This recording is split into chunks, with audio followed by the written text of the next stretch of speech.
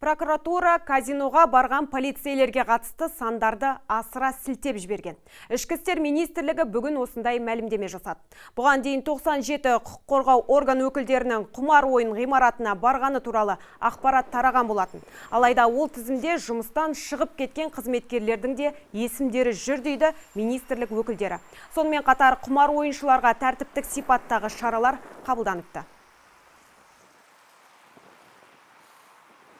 Ішкі істер министрлігінің берген жауабынан іс жүзінде 88 полиция қызметкері анықталды.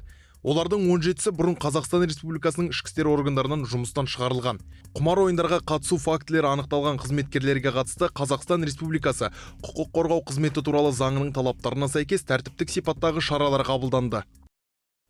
Еске сала кетейік, Алматы облысының прокуратурасы тексеру жүргізіп, 305 шенеуніктің ойынханада 507 миллион теңге жұмсағанын анықтаған еді. Ішкі істер министрлігі көш басында болатын, ал құмар ойыншылардың қандай қызмет атқарғаны, жылдық жалақысы қанша және қанша ұтылғаны туралы ақпарат беруден бас тартты.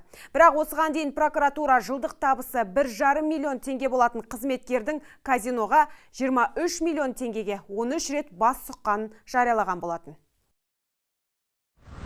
Жаңалықтарымызды Айбат YouTube каналымыздан көре аласыздар. Сонымен қатар Instagram, Facebook және Telegram парақшаларынан оқи аласыздар. Ең қызық жаңалықтан қалыс қалмау үшін қоңырауды басып, пікір қалдырып, достарыңызбен бөлісіңіз.